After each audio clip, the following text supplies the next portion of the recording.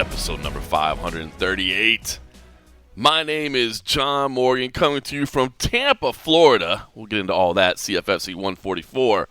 But, of course, at the same time, from back home in Las Vegas, I am joined by noted Las Vegas sports reporter Cole Coffey. He's out there covering the NBA Summer League, getting all the scoop of the National Basketball Association. Then he's got a little dribble. Then he got a little dribble. Then he got a little Manny Pacquiao going on as well. He's crossing over to the boxing world. Cole Coffey's just blown up. I've spent the last several months just saying that you should be Fighters Only World MMA Awards Journalist of the Year nominee, and now what I'm realizing is that's probably been an insult to you this whole time because I've been setting the bar so low, and you're like, John, don't peg me into that hole of just being in the MMA world. I am global. So how are you, Cole Coffey? Thank you for fitting time to talk a little mixed martial arts into your day. Hey, well, I'm so lucky to be here. Thank you very much. I had to cancel a few things earlier today. I was like, Manny wanted to hang out personally. I was like, Manny, I can't today. I got to tape this podcast, MMA, No, I'm good. But yeah, man, I'm enjoying it. As much as there are parts of boxing that drive me absolutely crazy, there are some parts that are pretty cool. And the fact that I'm getting to be on an event where Pacquiao, who I thought was done, I think everybody thought he was done. I think it'd been 4 years since he's fought. To hear him go out there and say he was there to entertain the crowd and do his thing, it's neat. It's neat to see that. So, but yeah, I'm excited. In fact, I think Saturday I'm going to work from the MGM. I'll be doing remote. I'm assigned remote editing for the UFC event because we got Mike Bond there down in New Orleans. So I think I'm just going to work from the MGM and take that all in so I get a little bit of both. Get some boxing, get some, some real fighting, some MMA, and just take it all in. So, yeah, I'm enjoying it. And we've talked about it, offline about just the MGM, the history of the place and just all the past events. And in fact, some of the UFC staffers were there kind of taking in the press conference yesterday, but that got brought up by them as well. Lillian, who, one of the Brazilian PRs, was like, remember all the great times we've had in this venue and all the cool events? And I'm like, yeah, man, you can't forget it. I mean, it was so cool. And in fact, my very first UFC event was in the MGM Grand Garden Arena. So it was, there's just a lot of history there. It definitely means a lot to go back into that space. It really does, and like you said, a lot of history, a lot of fun events, and it was just something about like the old school layout, I guess. The fact that the arena, the MGM Grand Garden Arena, just spills out like into the casino floor, so it's just like after the event is over, like everybody's still going into the same place. I mean, don't get me wrong, not insulting T-Mobile Arena by any stretch. I mean, it's a beautiful venue, but you leave there and everybody just kind of disperses. Some people head over to Park MGM, some people head to New York, some people hit that little area in there. They just leave everywhere, right? But even us as media, like when we would leave MGM Grand Garden Arena, when we leave the arena part to get to the press conference, we have to go through the crowd. It just had like this energy and this buzz, like even after the fight's over, like everybody's talking, and I don't know, man, it is kind of cool. Like I can put myself back in those moments, in those days, and it just had like a little bit different energy to it. And it's cool because you get to see the security. Casino security guys that have been working all these events, from years back, and if you have the time and if they're so inclined, you can get them talking stories of old fights and old matches and old events that taken place there. It's just it feels like you're touching, like you said.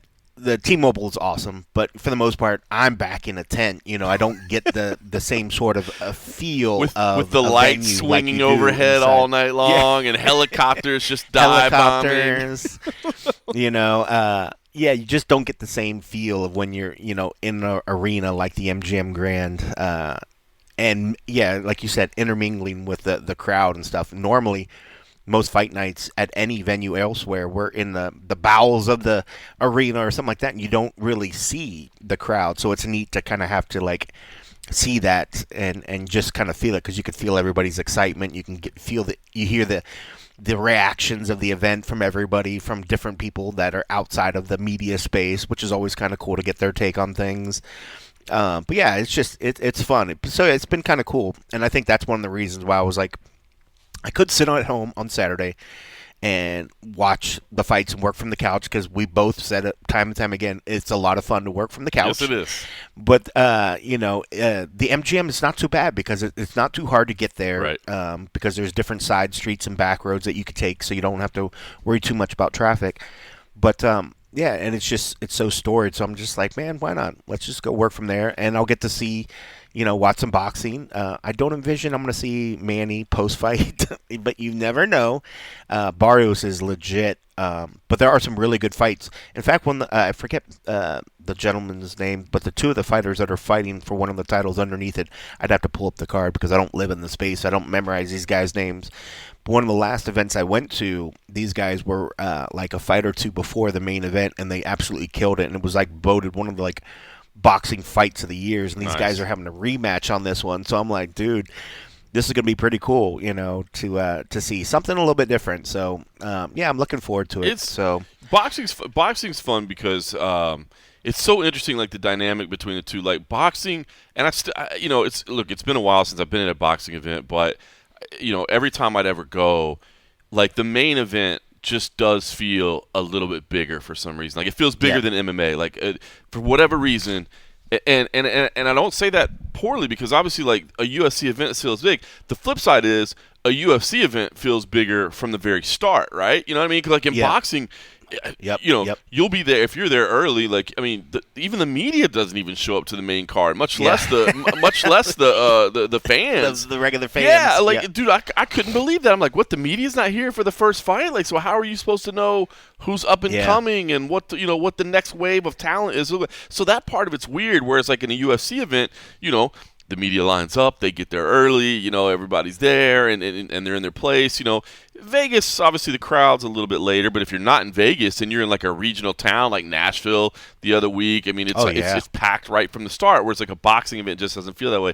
But when you do get to the pinnacle, and I don't know what it is, maybe part of it is that they do kind of lean into the chaos a little bit. Like there's 50 people in the ring, and there's the walkouts are insane. Like I don't know what it is, but the walkout seems to build up to that walkout much more so than the other walkouts. Yeah, it does for whatever reason. Like big boxing main events do feel a little bit bigger than UFCs, but UFCs just feel bigger throughout the entire night. You know what I mean? Yeah. So yeah, that is true. You feel like the UFC treats every fight.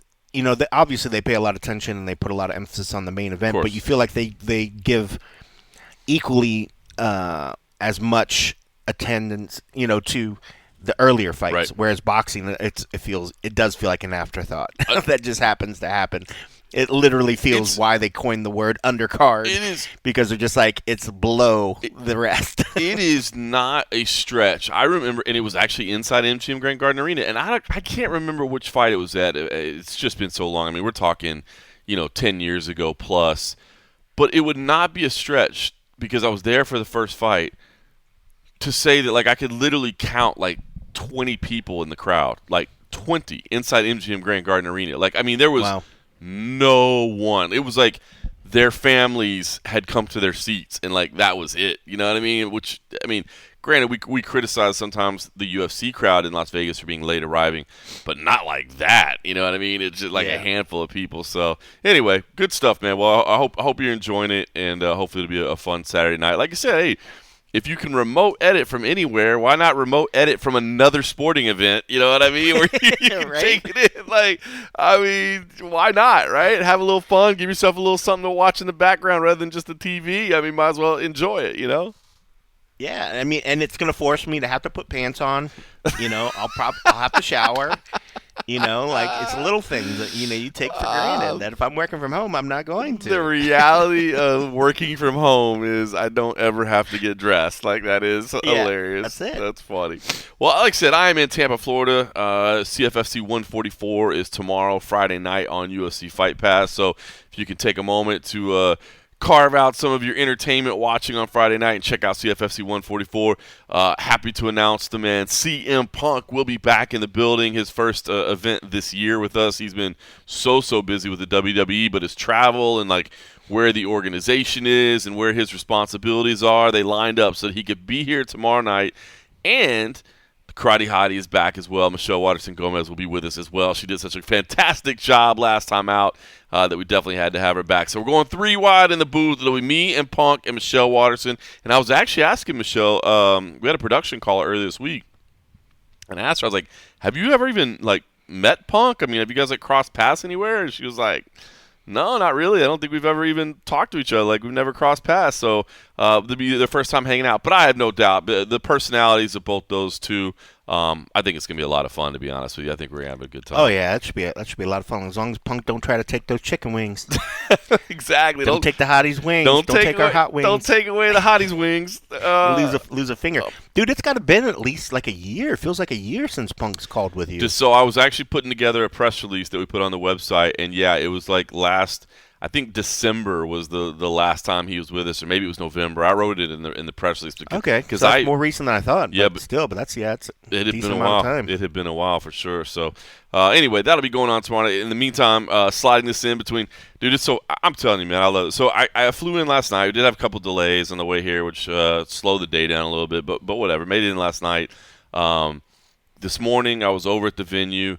Taking a look at they're loading up the rigging for the lighting and the audio and getting that all set up and talking with the techs over there about some of the requests from our production team. And then here in a couple hours we'll go back over there and the team will start building the cage and putting that all together. And then from there we got to go over to the hotel to handle the official weigh-ins. It's just like all these moving parts, man. But I love it, man. It's been so rejuvenating for me, man. Like, obviously, I'm always passionate about the sport, and I love the sport. But, man, to be in it this long and then to now be, like, really working and responsible for a new side or whatever, man, it's been a blast, man. So I just want to give a shout-out to everybody at CFFC for giving me this opportunity, man. And it's busy days, but it's just a whole lot different days, but it's a hell of a lot of fun. So getting to work that side. It's kind of funny seeing, like, UFC staff as well when I was at UFC event, and they're like, oh, you're on the dark side of things now, huh? Like, you're learning this side of it. But anyway, yes, indeed. Good times, enjoy it. All right, listen. So we got UFC 318 this weekend down in New Orleans. I am gonna be honest. I kind of knew that there was no way for me to get down to New Orleans. I mean, obviously, I had the event here. I really, really thought about going Saturday night and just flying in, but we have 2 more events next week for CFFC, and there's still a lot of work to be done for those 2 events. So I think it would be incredibly irresponsible of me to go to New Orleans. But I'll be honest with you, as I'm seeing some of the images and video and social media and that sort of thing, I love that town, man. I absolutely love that town so much. I'm a little bit sad. I think the term FOMO is a little bit stupid, if I'm being honest with you, but it qualifies where I'm just like, damn, I wish I was there right now. Yeah, I mean, because was it fear of missing out? Like, I'm not afraid of anything. It's just plain up, just damn sad because we're missing some really cool shit that's going on. Some of the stuff that they're doing for Dustin, which is really cool. You'd hope that maybe that's a groundwork for that to happen for others, maybe in their future retirements if they could do it in their town. They're having that, like, I forget what they phrase it, the Dustin Remembrance Q&A or whatever, instead of some random press conference that people thought was going to happen. So that should be pretty cool. See DC get all emotional up there. But yeah, I mean, and there's just something so cool about just that town. I mean, but now I need to go back because somebody was saying the other day they were saying Cafe Du Monde is when you go to when you're drunk, but then there's another place called like Beignet World or something that people are like, that's where you go for the beignets. I was like, hey, really? It was another place, and I was like, okay, now I've never heard of that place. I don't remember this place, so now I'm like, okay, now I got to go back and do a beignet, it's taste test or something. Like there could be worse things to do, I mean, than Battle of Beignets in New Orleans. If you're gonna put down Cafe Du Monde, I mean, I understand it may be the old classic. Maybe this is the new charge, but sometimes an old classic is an old classic for a reason, right? I mean, I know, right? They set the standard. Well, and it's funny because when they were like, that's where you go when you're drunk. I was like, well, we were drunk the last time we went there. Like I think pretty much last time I think I was really, really shit-faced. New Orleans is not a town that you spend a whole lot of time sober in, to be honest with you. It's you know what I mean? Like it's I guess called Cafe Beignet. I had to search it up. Cafe Beignet is the name of the place that supposedly, and this is coming from Matt Erickson. Okay. Who Matt knows this stuff. Matt's a foodie. He's a foodie. He's a foodie for sure. So when he says that, I'm like, okay, I'll give this a shot. He says it has the superior beignets, also has superior hot chocolate. I don't know if I've ever had hot chocolate in New Orleans. Chocolate. So I won't. All right. Well, I was like, I would have coffee. I had coffee with my beignets, but I wasn't down there slurping up some like hot chocolate. No, you get the cafe au lait at Cafe du Monde, of course. Now, I will say, shout out to Matt Erickson. He is a foodie, so I will give him that. But I also feel like he's kind of a hipster foodie as well. Like maybe he's, you know what I mean? Like you can't be like, oh, well, that's the one, but no. That's too mainstream. It's too mainstream. I can't say Cafe du Monde. No, I got to go to Cafe Beignet. It's around the corner, and you go underneath this sign that's falling apart, and then you got to knock on the door twice. That's definitely a Matt Erickson spot right there. They check your shoes. They check your shoe fit, and then if they like your shoes, they let you in, and then you can have their Cafe du Monde. That is definitely a Matt Erickson approach to things right there. No question about it. Yeah. Well, you talked about, though, I do. So I'm actually really anxious to see how this broadcast plays out on Saturday night. Like I said, I thought about going, but I'm going to end up watching it from home. Obviously, we know that Lil Wayne is walking out, Dustin Poirier. I've heard that there's some other custom elements and things that they're doing besides just the walkout itself, that there'll be some kind of, I don't know how much career retrospective or just Dustin Poirier love, because you still got other fights you got to focus on and that sort of thing. But I am anxious to see what they're doing. And you know what? It's funny because I feel like so many people criticize the UFC for not taking advantage of moments or because listen, there are things that they have locked into contracts, like they have to go to certain cities and they have to be there this frequently and so because of that, their hands are a little bit tied sometimes to just like instantly go. It's not like I guess in an ideal world, like the minute Ilia Topuria wins a title, you're in Madrid the next time he fights, or the moment Dricus du Plessis wins the title, you're in Johannesburg the next time he fights. And I think it's not that they're not intelligent enough to realize like this would really be smart for us, but they have all these contractual obligations and operational challenges and all that makes it difficult sometimes. So I don't know. I feel like, if you're one of those people that criticizes the UFC for not taking advantage of moments and not capitalizing on things like that, you should be applauding nonstop that they're doing something like this. And, Dustin Poirier, who, I've seen a lot of the discussion this week. Is he the greatest UFC fighter to never win an undisputed title? Things like that. So this isn't even like he's one of the clear greatest. It's George St. Pierre, it's Anderson Silva. No, this is somebody that didn't necessarily attain those championship heights, but is incredibly beloved by the entire community, incredibly beloved, especially in his hometown. So to be willing to make a decision like that, I don't know. I think you got to applaud the UFC a little bit, and I'm excited to see what they do with it. Yeah, and any chance that you can take that show on the road to a city that is so beloved in the States, I guarantee, it's awesome. I think you throw money towards Lil Wayne, he'll want to go and perform. But, you get the opportunity for somebody to say, hey, we're going to put on a big event in New Orleans. Do you want to come perform at our event? Most people are going to say, heck yeah, to that a lot sooner than to say, hey, we're going to go fight in Boise. No offense to Boise, but I guarantee Lil Wayne ain't going to Boise. They can't take offense to it. You said the city right, so therefore they can't be offended. Anybody in Boise can be like, well, I see what he's saying, but he did say it right, so it's cool. It's cool. But yeah, it's they were due to get back to New Orleans anytime, regardless. Then to be able to take this fight there, it was a no-brainer. But yeah, you're right. they can't just go everywhere as easily. There's so many logistics and so many other things, and things already in the works. Most times, even though they don't really, they don't announce the schedule, until usually months in advance. A lot of these conversations, the groundworks for them take place years in advance. Years.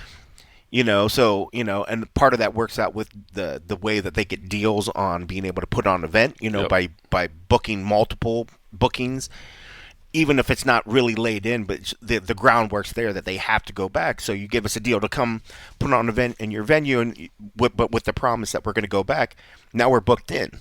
So, they kind of got to do what they got to do. Yep. But, this was a no-brainer, and it was a win-win situation for everybody. I think people often think about, wanting to come to Vegas because it's a destination town. And if they can come see an event in a town that has other stuff going on, they want to do it. Right. New Orleans is one of those cities. New Orleans is probably one of the coolest cities in terms of music, Yep. history, other things going on that you can do outside of it. It's a destination. It's amazing, So we'll see. I think it's going to be. Hopefully, it's going to be an event that people take a lot away from it and have it be a good thing. The card, definitely the main event is where it's at. There's some good fights. I know there's fights on this card that we'll like, but I know a lot of other people are like, well, maybe it's not the strongest, and they're not giving it the highest of rating. But I think when you add in all this extra fanfare, I think it's going to boost up the overall takeaway from this event. Yep. Much more so than if you're just looking at the fight card. This is one of those cards where there's extra things to it. I think that gives it extra gravity. 100%. So yeah, 100%.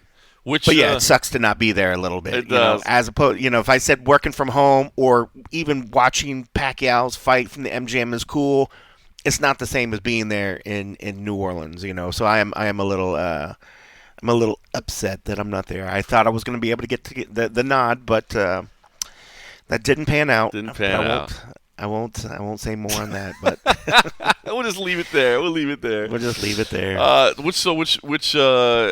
assuming you've already made your staff picks and turned that in. I went Poirier. You went Poirier. I went Dustin. I am too. I'm leaning Poirier as well, and I know that that seems to be kind of going against the grain. I feel like a lot of the public opinion out there is Max Holloway seems to be the more in form, obviously what he's coming off of, that sort of thing. But I don't know, and I've even heard people say, and normally I agree. Like normally the whole thing about like, well, I think this is going to be my last fight, and what does Dana White always say? Hey, the minute you say you're thinking about retirement, you probably should.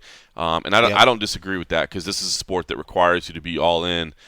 But I don't know. I feel like this one is just a little bit unique. Like it's not Dustin saying like, well, I got nothing left in the tank, but I just want to do one more, or like, well, I've lost 3 in a row, but I got to try to get my hand raised one more time. Like, I think there's still, full fuel in the tank if he wanted to, and I just think the idea of getting this retirement fight at home, getting this special moment, again, that's an intangible. That doesn't come down to the X's and O's of the fight, but we know that some intangibles do give little boosts sometimes, mentally, psychologically, that sort of thing, and I just feel like Dustin Poirier fighting in New Orleans in his retirement fight, and I'm not even I don't even really bring in the history of the series. I mean, you could just if you wanted to, you could just be like, well, look, 2-0. We already know which way this is going to go. I don't do that, but I actually lean Dustin as well. So for you, is it a confident pick, or is it just kind of an emotion of the night type pick, or what's your thoughts on that?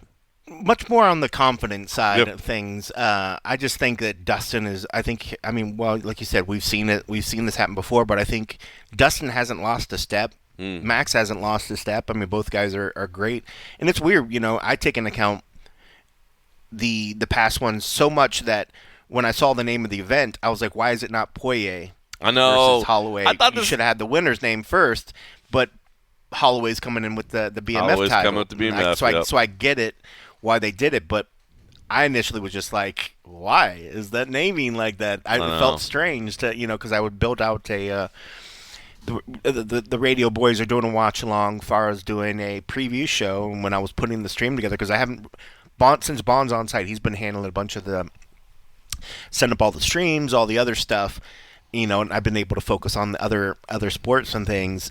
But when I finally had to put that naming down, I was just like, I don't agree with this. I know. And I had to justify it by thinking about, okay, well, he's got the BMF title. It's going for the BMF title. I was like, but if I beat you twice and it's a rematch, you better put me at the top of the bill, dog. Like, it doesn't make any sense. But I just think, while if Max has great movement, he has, he can stand and he can sting and he can hurt you from the sides. I just think when it comes to the power, I think Dustin's got that power that can, if he starts landing some shots, I think he can just take control of it. And he was so funny. Like, it was in the media day, and they were like, if Max gives you that moment and he points down to the ground, are you gonna do it? He's like, yeah. He points to the ground. I'll get in there, and then I'm gonna dive in for a double leg and take him down. He's like, that's just silly. He's like, I'll double him with Gilly. And he's just, I love where his head's at. I respect both these guys. I think it's going to be an absolute banger. We know that both guys is capable of standing in the middle of the cage and just throwing down. But I think Dustin's going to be a little bit smarter, and I don't think he's going to let his emotions run away with it. That if he gets that lead, he's not just going to throw caution to the wind, which was why we thought what Max did to Justin was so cool, because he was clearly ahead of that and then still was willing to be like, let's go right here. Right. And then he got the exclamation mark, which is why that shit will just live forever and why I think everybody loves Max. But I don't know. I'm looking too much into it. When I saw Max at the media day, I didn't think he looked that great. I thought the weight cut that it was already in didn't look good on him. Right. So I just felt like Dustin looked a little healthier. No, I agree. So just those little things. But I mean, both guys can, if they're fighting their best, it's going to be a toss up. But if I had to pick the one, so I am confident that Dustin can get it done. But a lot of that's just leaning on the fact that he's got it done before. Yep. If it was a first time matchup, then I'd probably be on the fence a little bit more. So, but we've seen this before. We've seen this matchup. So yeah.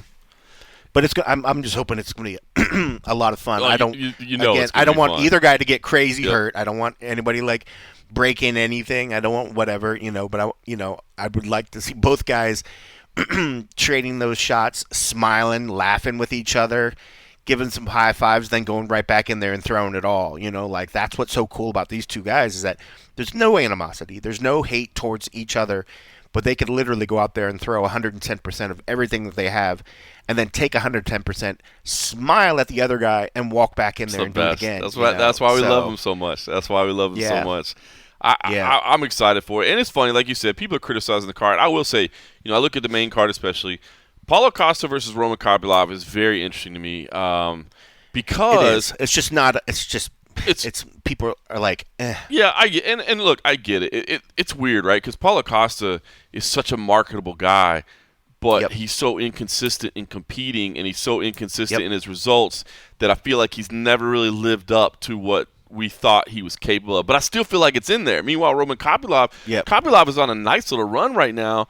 Yep. But yeah, he's not that guy that you're just like, wait, Kopylov's on the card. Like I got to tune into that right now. He's just kind of. So so as a co-main event, I get it, but. Dude, when I look at like Kevin Holland versus Daniel Rodriguez, I mean, two beloved personalities, two beloved fighters there. Like, that's going to be a fun fight. I look at Dan Ige versus Patricio Pitbull, and I don't believe Patricio Pitbull shows up the same way he did last time. I mean, maybe I'm just, trying to give him too much of the benefit of the doubt, but I think he's going to come in and throw down, and if anybody's going to throw down as well, it's going to be Dan Ige. And then Michael Johnson versus Daniel Zellhuber, which, this is a tough assignment for Michael Johnson. I respect the hell of it, but Michael Johnson has taken some tough assignments over the years and delivered some bangers. You know what I mean? So, like, to me, I honestly don't feel like this is a bad 5-fight main card. You know what I mean? Now, granted, I guess we get to look at pay-per-views as business expenses and not like coming out of our personal budget, that sort of thing. But I don't know. Like, I don't. It seems like it's going to be fun to me. I guess we probably measure things a little bit different than the average fan does. But I look at this and I go like, that looks like it's going to be a fun little Saturday night. Yeah, but I think we also can justify it just as a fact of when you think of it as when you phrased it as it's a fun fight card. It is a fun fight card. Right. But now when you have people that are like, well, is it a fun pay-per-view? Is it a great pay-per-view compared to other ones? When I had to do the preview, and I mentioned how I had to set up the preview and the watch-along, I can't remember the last time that I set up a thing that didn't have a title fight in it. Is this a title fight? This is that UFC sort of like, hey guys, it's a title. It's not a real title. Which I don't. But even outside of that, hate the BMF. I don't hate the BMF title. Like I think I don't either. We all kind of thought it was weird, but now it's kind of become beloved or whatever. But it's not a title fight. It's not a world championship fight. Right. And outside of that, this is one of the first ones. It's been some time too where we haven't had a title fight in the co-main event. So not only we do not really have a proper title fight in the main event, we don't have anything in the co-main event. Right. So in terms of pay-per-view, I think it's a great card, but in terms of what they've been delivering as value for pay-per-view, this is not on par with what they've recently done. That's fair. But if this was at T-Mobile, this would be a great T-Mobile card, be a great whatever card. But if you're trying to go to a destination and say like, here we are on the road, and it's going to be this killer pay-per-view or whatever. This is certainly not that. It's not like I've heard them say that. Right. If anything else, we're just hearing about how this is Dustin Poirier's, swan song. Yep. See you later, and that I'm getting that. But in terms of somebody buying this, they're going to buy it because they love Max and they love Dustin. Right.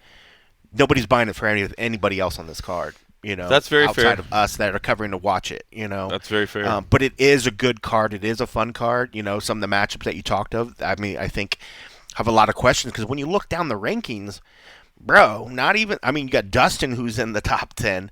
Outside of that, there's no one else. And you have like maybe 3-4 other people that are in the top 15. Costa's. Granted, I'm just going off of UFC. Tapology. I'm looking at Tapology, so this might not but just going off whatever they're in, because I forget who they use.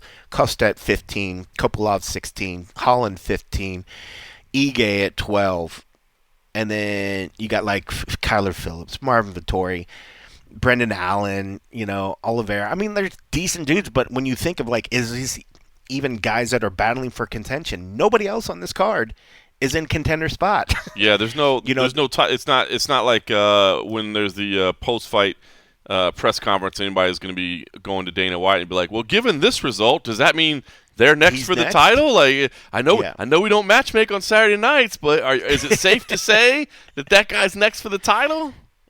Yeah, that's not going to happen. It's not going to happen. No, you're right about that. I think there's fun fights on this. There's definitely fun fights, but I think when you mention we don't have to pay for it. But when somebody else is like, well, do I really want this? They're only basing it off that main event. I feel like it's a boxing card where people are going to watch it based upon that main event. That's fair. Nobody's buying boxing cards for, this particular boxing card that it's got 3 title fights, I think, going on, or 2 or 3 title fights. So I could see somebody maybe purchase it for the other title things, but nobody's going to pay this if they don't love Dustin Poirier and Max Holloway. That is very interesting because when you put it that way, you're absolutely right about that. Like, if you weren't being asked to pay $80 for this, would you have any complaints over it? And I would probably say no, because it does look like, to me, it's going to be fun. Maybe people would still find a reason to complain, but I do think you're right about that when you're assessing it that way, which I guess kind of leads into, the whole Turkey Al-Sheikh announcement that DAZN will not be doing pay-per-views anymore for the ring events, that they will be – now, he says free on there, but I'm kind of wondering if that's actually going to be the case. Money's still got to come from somewhere. So it's either – because I think they at some point want to make money. I don't think that they want to just keep throwing money out just for the sake of they have it. Right. Yeah, I would think at some point they want to have a return on it instead of just saying – we're the ones out there spending the most money on boxing. Hey. So that's what I want. That's what I wonder. Like, all right, so there's all this talk about, because people are seeing it, and I see people right away. They're like, wow, Turkey said this, and so I bet the UFC could do something similar. Like, if he's getting rid of pay-per-views, can't the UFC get rid of pay-per-views too? Now, there is one big difference, obviously, the Saudi government and the unlimited amounts of resources that they have. They can afford to lose money if they want to. Yep. I don't think they want to do that forever. Like, I don't think they're in business just to give money away. So I got to think that there's money coming back somewhere. At least they're trying to figure out a way for the money to come back somewhere. And that's when I think of people saying, okay, the UFC needs to give it away. I wonder what's going to happen. Because let's say the UFC does go. I really do believe, and again, this has been my guess from the start, and again, it's just a guess, not an informed guess, but just or informed, I guess, just by being around, but not from anything I've heard, is that I assume that some premium events are going to end up on Netflix and that the ESPN is still going to play a part as well. But is Netflix going to say we don't need it to be a pay-per-view, or are they going to say, like, what does Netflix offer a premium tier that if you're willing to pay more for Netflix, now you get UFC pay-per-views for free or other premium live events? I don't know, but you're not just going to, as any business, you're not just going to give that money back and just be like, you know what? For the sake of the sport getting bigger, we're done with pay-per-view events. Like, you still got to make that revenue back somewhere. Yeah. I mean, as much as could the UFC survive as a business without having pay-per-views? 100%. Yes, they can. But does that deliver anything to your investors and the people that are hoping to get money out of it? Nope. It does not. It does not. They will never shoot themselves in the foot and try to get rid of that. As much as, yes, would it help the sport? Would it be great to give that back to the fans, that's great. But ask any investor, well, you could get some more return on the money you put in, or do you want to just stay sort of status quo? And as we slowly build up and your stock value grows, if we just stop taking this other revenue, like it's not going to happen. It's could they? Yeah, like I said, could they survive? Yes. But would any business say, I don't want to deliver and deliver results to our investors? It's never going to happen. Never going to happen. And if anything else, the pay-per-view, the broadcast deal keeps them running and gets them whatever, and you don't stay these multimillionaires like Dana and these guys are without taking more money. They're not doing it for charity. They're not doing it for the sport. They're doing it as a business that just happens to be an entertainment business. They're here to do whatever, but at the end of the day, they got mouths to feed. They got generational wealth to build and all the other stuff, just as much as we would like to. If you're ever in a position yourself and you have a business and you could build generational wealth, do you finally say, I know I was close, but I'm going to stop short just so you guys can be a little better? Not unless you're Renato Money Moicano and you just say, hey. Oh, my Lord. He's catching some shit for that one. Oh, my brother Moicano, my brother. Listen. I love it when somebody, one of the things it says, like, anytime he at this point says he wants money, you just tell him, well, you had a chance, and you said no. So, I don't want to hear it, sir. But you know what's interesting? Is, obviously, I like Renato a lot. Got a chance to work with him a couple times on the mic, and he was fantastic, and we had some funny moments together. I had liked him before that as well. He was always very, very kind to me. He grappled for us on one of our early grappling shows at Fury, now CFFC BJJ. I just think he's a nice guy, man. I've always really liked him a lot. I always thought he was a nice guy. I always thought he was very underrated, even before he became the Money Moicano character. And you're not going to hear a lot of people say this, I think, but like, there's a big piece of me that actually respects what he's saying.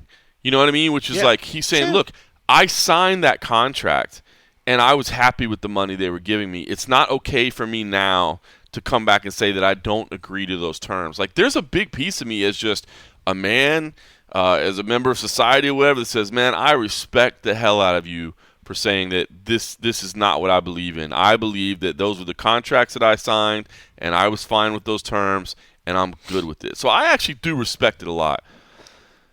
That said, that's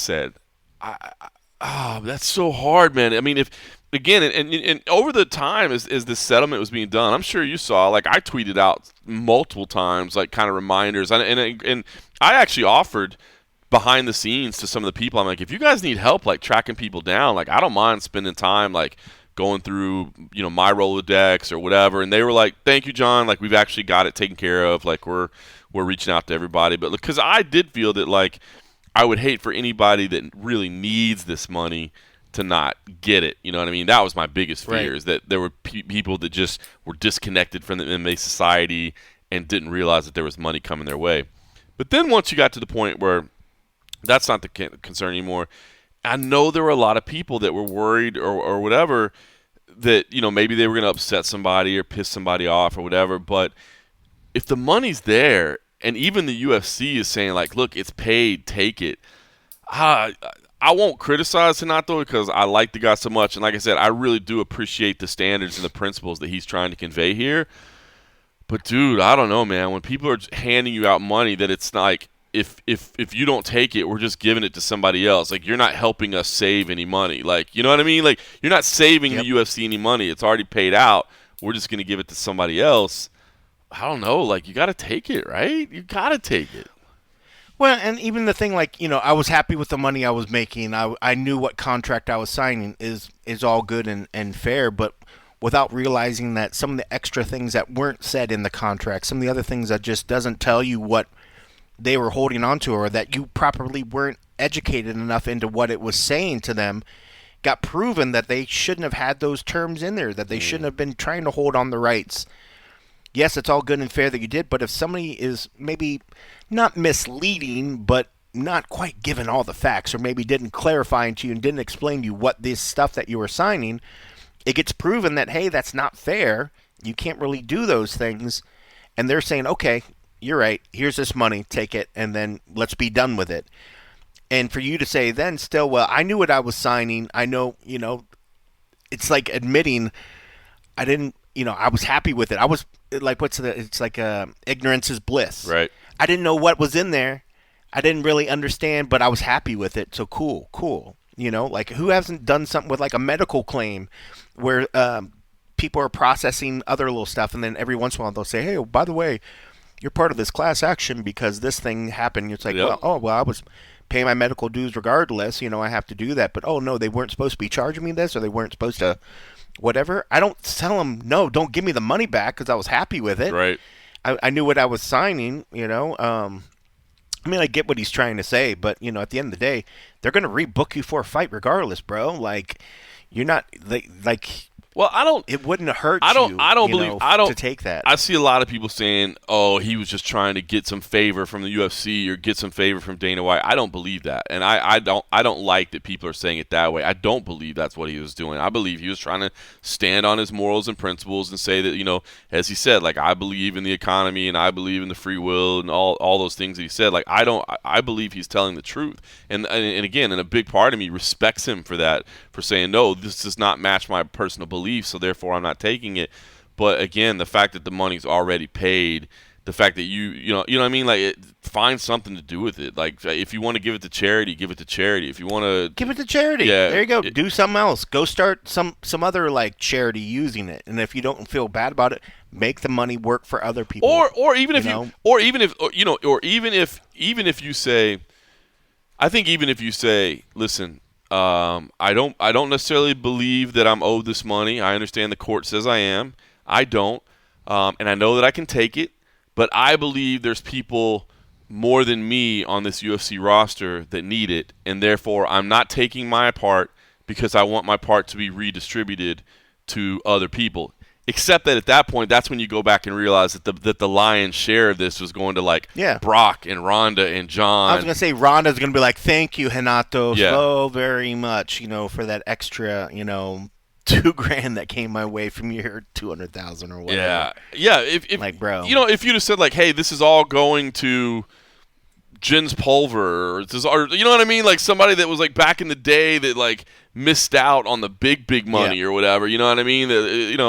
I don't know. I don't know. It's so I get weird. where his heart's at, but I That's think there would have been good ways to take that money and do it more constructively rather than just leave it in the pool for I agree. for the lawyers and others to do. Like I agree. again, he could have said exactly like what you said and just said, I therefore am going to take this and donate it specifically to John Pulver or something like that. But don't let those guys control where that money goes. It was already earmarked for you. If you want to give it out to charity, nobody's going to hold you for it because they took the money that was already yours and you decide to give it away. Yeah. I don't know. I'm sure he's not getting a thank you card for the UFC. So thank you for not taking the money that we had already paid out. No, well, that's the thing. That's not going to happen.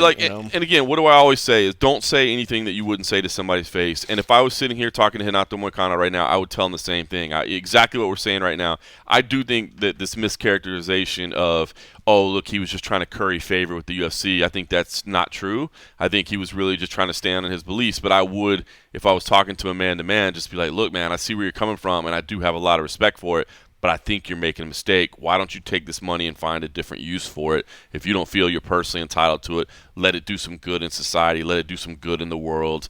Let it do some good for other beliefs that you have, even if they're outside of combat sports. Maybe you just happen to be very tied into some particular charity that you've never had this kind of money to give to them that you can fund. Like, just do that. You know what I mean? And I don't know. I think, especially to think like what that kind of money would do back in Brazil somewhere. Oh, maybe yeah. even his hometown or something. yeah, Could do a lot of good. it do a lot of good. It just pissed me off that I think people were kind of shitting on Renato because of this, and I think he was trying to do the right thing. I don't think he did, and I wish he could have gotten some guidance on it. But I think the way that people were mischaracterizing. So is it all done and said? He can't change his mind. Deadline's gone at this point, so it's my understanding is it's done. Yeah, wowzers. Yeah. Wowzers. Yeah. One other thing I want to talk about too. I happened to see it. I was traveling yesterday, but I saw there's been a lot of discussion lately about kind of the state of MMA media and where media as a whole stands in the sport and especially in the United States.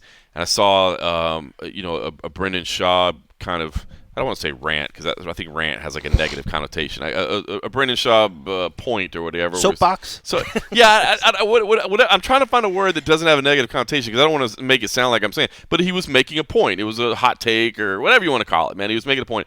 But I did think, and look, I think there's a lot of good things. Because I will say this. So I started thinking about this, talking about like MMA media. I mean, there's a couple different points there I want to make, or at least that came to mind. Not necessarily I want to make, but one is, and you and I think, have been talking about this. I know I've talked to like Oscar Willis about this as well. When we talk about the state of MMA media versus like where Dana is clearly trying to go with things with the quote unquote influencer role, right? And he goes to these big podcasts that have these massive audiences.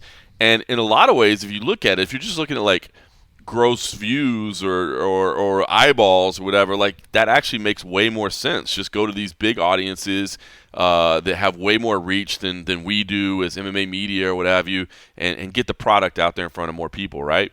But what happens is those people don't continue to cover your sport on a daily basis. You know what I mean? Like they're there when you're there and they get the headlines of whatever you wanted to get out, but then they're not covering the sport. So like I was looking at like this card this weekend, for instance, in particular. Like there's a couple fights that we didn't get to. We were talking about the main card. Kyler Phillips versus Vinicius Oliveira is going to be absolutely bonkers. And Atiba Gauthier versus Robert Valentin is going to be absolutely bonkers as well, right? Like two amazing fights that I would tell anybody that if they're not fans of the sport or they know who these people are, like go watch the fight, right? And then you got this Marvin Vettori versus Brendan Allen fight, which is very interesting because of the rivalry they had. That nobody's, again, little reminder of what this story is and what the back is and all these things that the MMA media lives in and talks in and reminds and talks stories about. That like these big influencers and stuff. I mean, all they're talking about is Dustin and Max. And rightfully so. That's the biggest story. But, like, I don't know. So when you go that route where you don't have, like, traditional media covering your sport on a day-to-day basis, I think you're going to struggle to gain awareness. Like, as you're trying to build up these new stars and as you're trying to build up these names, I think, that's difficult. Now, again, we've talked before. It's not the media's job to build stars. It's not the media's job to be PR. But the more that you have media living and breathing in your space every single day, the better off you are. And so I do think that Dana and the UFC do have to be careful that they don't completely siphon off the MMA media and that they make sure there's still some presence there. But I did think that one thing that I think is so important to note about Brendan Schaub was talking about, he talked about like, he was saying something kind of similar to this as well, which is like you got to go to the real media as well. And he talked about guys like Luke Thomas, Chuck Mendenhall, Ariel Helwani, was another name? Oh, Pizza Carroll. But then he said, but you've banned all. So he just literally almost listed just the uncrowned folks. Yeah, exactly. He went through that. That's clearly his spot right there. Yeah, that's his spot. But he listed all of them, and then he said, but you've banned all these people from the press room. And that's not true. Like now, I don't know that. I'm not sure if Ariel, what his status is at this point. I don't know if he's allowed to get a credential or not. But the rest of those people, I know definitely can.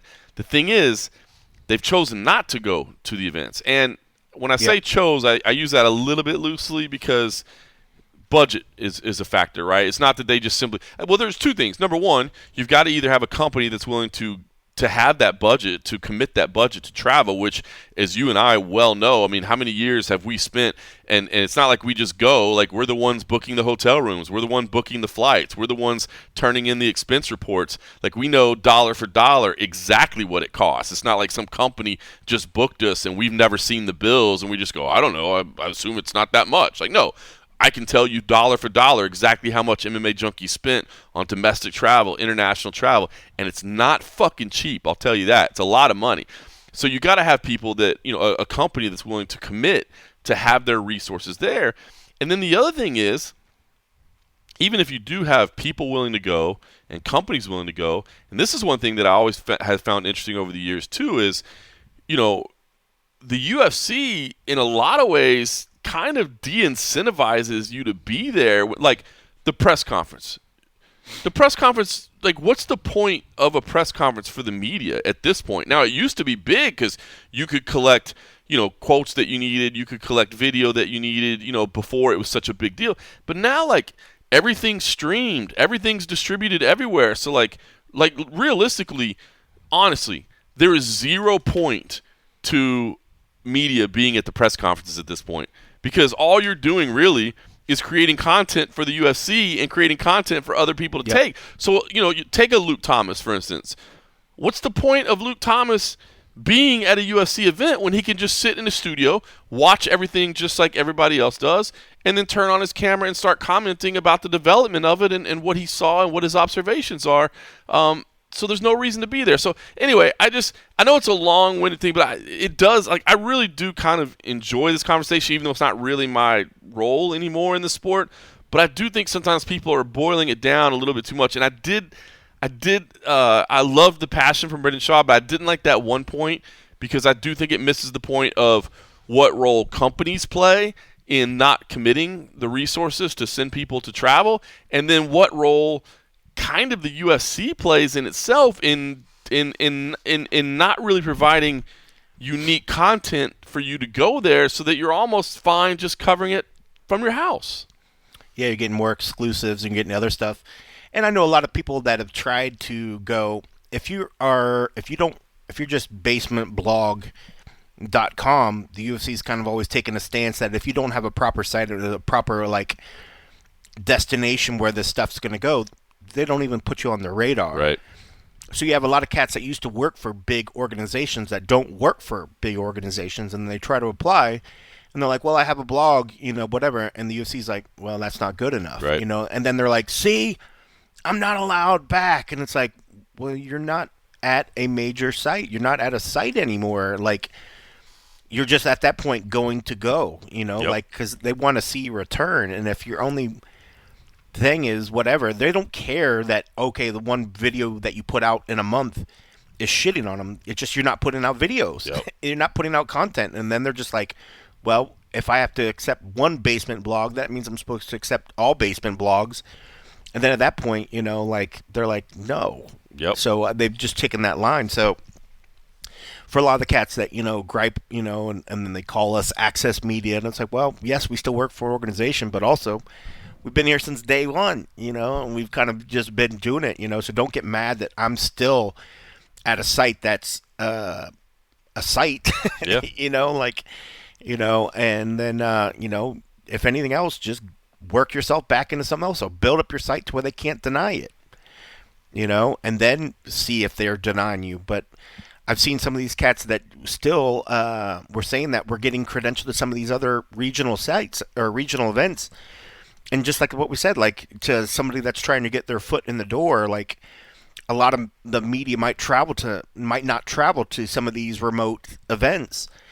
And if you're getting credentialed into them and then you're still not going to those, and it's like, well, bro, it's on you. You can't just come out of the blue and expect to get put onto like a Vegas event, T-Mobile, when you have international people flying in from all over the world, and you think mybasementblog.com, even though I didn't go to your other shows, I'm going to go to that one. Well, now you're competing with all the international media that's trying to come in. Go to the fight nights, man. So go to the smaller events. It's not so much that you're not getting credentialed. You're not getting credentialed at the events that everybody else is trying to get credentialed. Like, you could go to an event, you just don't want to go to that event. Yeah. To the other events, because it costs money, it costs whatever, and I get it. That's why we don't go to every event, because you have to kind of pick and choose. But a lot of these people that say that they're blacklisted, I don't think are truly blacklisted. They're just choosing to not go to the events that they can actually go to, and it's just making it harder for themselves to go to the bigger events. I think there's a lot less of that going on than people think. Like, I don't know, for some reason, that people think that like the UFC just denies everybody, and that's not the case. There's a lot more at play into why everything is down, and a lot of it has to do with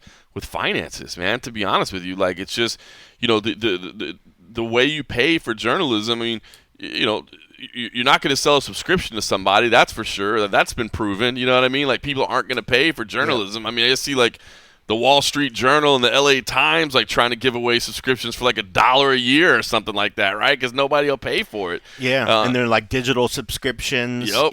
Like even USA Today I've seen something one time, it was like $1 for like, gosh, it was months for like an intro thing, and it's just like, but it's these digital subscriptions. Everybody's trying to switch to the digital subscriptions in the hopes that it keeps even the print subscriptions alive, because the print businesses have just been crushed.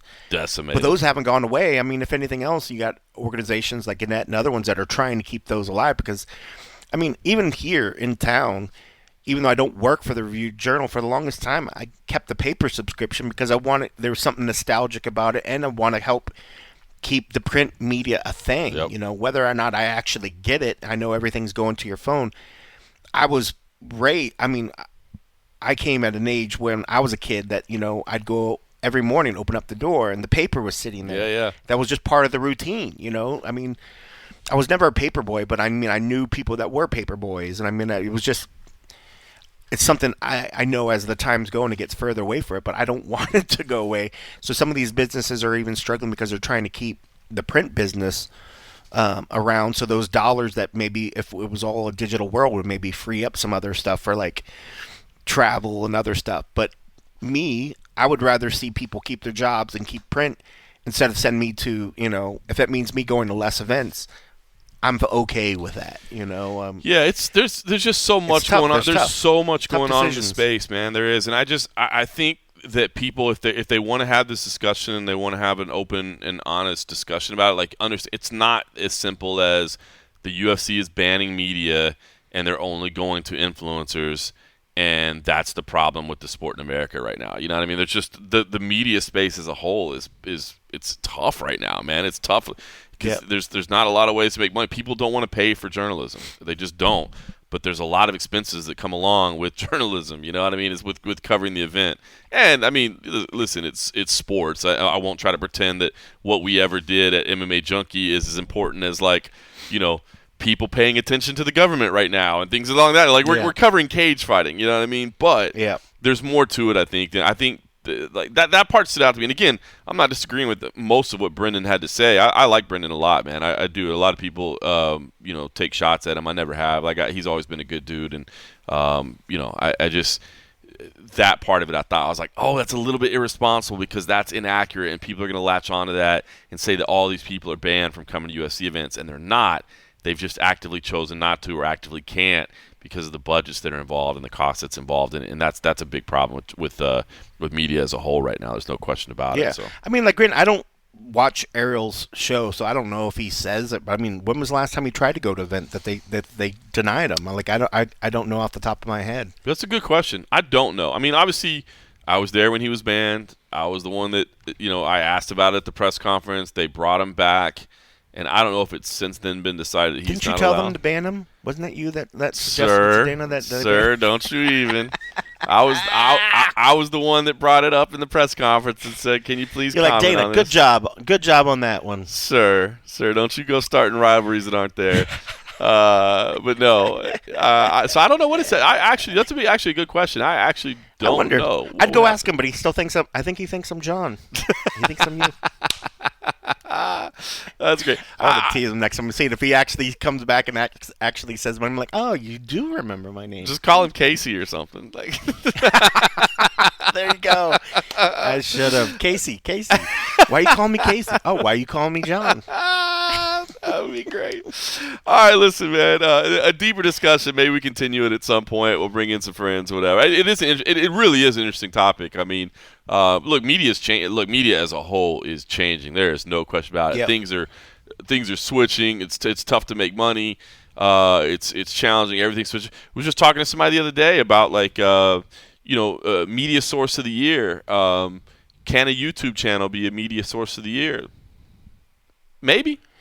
I mean, at the end of the day, you're talking about the fan awards. It's just a freaking popularity contest. So, I mean, it is. But I'm just saying. But if we're trying to do the best we can, you got Nina Drama beating out like guys like Joe Rogan and stuff, and it's just like, come on, can't deny her impact in the industry, whether you like it or not. Well, no, she has an impact, but whether she had a bigger impact or whatever it's just silly now because now you don't even see her try to do the media thing anymore. Like, for a while there she was trying to do whatever. Now she's just back to doing the influencing and going on strange random trips to other countries with fight teams. I'm sure it's fun. But yeah, I mean, it's I mean, can a YouTube do it? Sure. I mean, because it just depends. Because now you got a lot of people that they don't. We have a government that's instilling to everybody that any major media outlet is obviously the bad guys. So you have people that don't want news; they want opinions, and you're going to get plenty of opinions on YouTube. And not a lot of fact checking. Maybe they do check some of the stuff they say, but you have people that just kind of take it for verbatim. And if that's what they want for their entertainment, then sure. And if you have say these fan awards, these media awards, and it's popularity driven, yeah, I mean, like, well, nobody. Well, they easily could be what is considered the number one media outlet. But I mean, if you're basing that off of a fucking popularity contest, right, I get it. That's, to me, I'm like, eh. I get it. I just meant it from the sake of a discussion. And you know what's funny? So it's funny. And look, we didn't even really get into it. And I wanted to, but I do have to run because obviously I'm here working. But the PFL has a very historic event this weekend, right? It's going to be the lead-in. PFL Africa 1. They're in Cape Town. Obviously, they have some very notable fighters on there. Johnny Eblen, who not that long ago was considered one of the best middleweights in the world. Not necessarily the greatest performances as of late, but still undefeated. Meanwhile, you've got Dakota Ditcheva, who is becoming an absolute face of the PFL and a very, very talented fighter. And of women's MMA. And of women's general. MMA, like she definitely crosses the boundary of just PFL. I mean, you got people in the UFC talking about her like she is legit, like, becoming a face of women's MMA for sure. 100%. She really is. And I think at such a young age, her future is so bright. AJ McKee is back on the card. And all of that by also being in Africa as well. So this was the long-awaited, long-discussed push into Africa. And it's not that there hasn't been MMA in Africa, but there hasn't been an international organization that's gone to Africa the way that the PFL is. One could argue that from a news perspective, I mean, we just sat here and talked about how entertaining 318 is, but does it stack up as a pay-per-view? I don't know, and I thought you made some very good arguments. From a news perspective, you could say the most newsworthy, if I'm talking about news and history, is covering the debut of an international mixed martial arts organization in Africa and seeing what the scene is like there and seeing what the reception is like there. That would honestly be the more newsworthy event of the weekend for a media source to cover. But we know the two realities are, number one, the cost of going to Africa versus the cost of going to New Orleans is not even remotely close. Like going to the price tag alone associated. Like, I'll be honest with you, it'll be interesting to see when the UFC does go to Africa for the first time. Well, I'm sure at that point you could probably send like Farah Hanoun, who wouldn't be that far, or maybe you send Abby Subban, who wouldn't be that far. Obviously, you probably wouldn't send anybody from North America because of the costs involved. But it would be interesting to see what Gannett and what USA Today decide. But that's a different discussion. But for now, you know that if you committed the resources of even like a Farah Hanoun, an Abby Subban, who will have cheaper costs than coming from North America, the traffic that you would get on the PFL event would not make up for the cost of sending somebody involved. So at that point, you're making a business decision, not necessarily a journalistic decision, but that is the reality.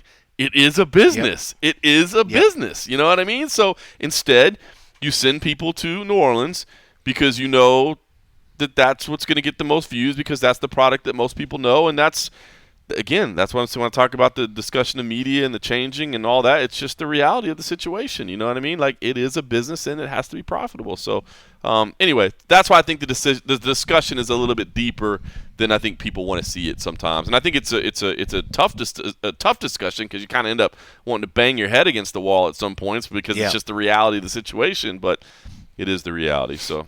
Anyway, the reality of my situation is I got to go work, man. I got to go get stuff done. So we'll have to continue this discussion another day. Cold Coffee, meanwhile, has just got like multiple sports to cover. Fighters only it's MMA. It's a changing landscape, just like you said. It's a changing landscape. As much as we love the MMA stuff, it'd be my responsibility to pay attention to some of these other sports. Got a lot of big sports in Las Vegas. You do indeed, yes, man. Maybe the A's are coming, maybe they're not. That's a whole discussion. Maybe you want to cover F1. Maybe you want to be a motorsports guy. I know how much you love F1. I could always change my tune, I suppose. I love that F1. Vroom, vroom, buddy. Vroom, vroom. When I called it FU, it was because it's FUN. It's so much fun. Yay! That's why I said FU. Because it's FUN. Fun gotta go. I literally just got text message from people that are waiting me to pick them up and take them over. So we got to run. Everybody tune in, please. The CFFC 144. We've got a fun fight card over there. A couple championship fights at the top of the bill, but some great matchups top to bottom. As I said, CM Punk and Michelle Waterson. So it should be a lot of fun. Everybody enjoy your weekend. Cole Carf and I will get together on Monday for and a half over at Patreon.com. In the meantime, everybody enjoy your weekend, and thanks for listening.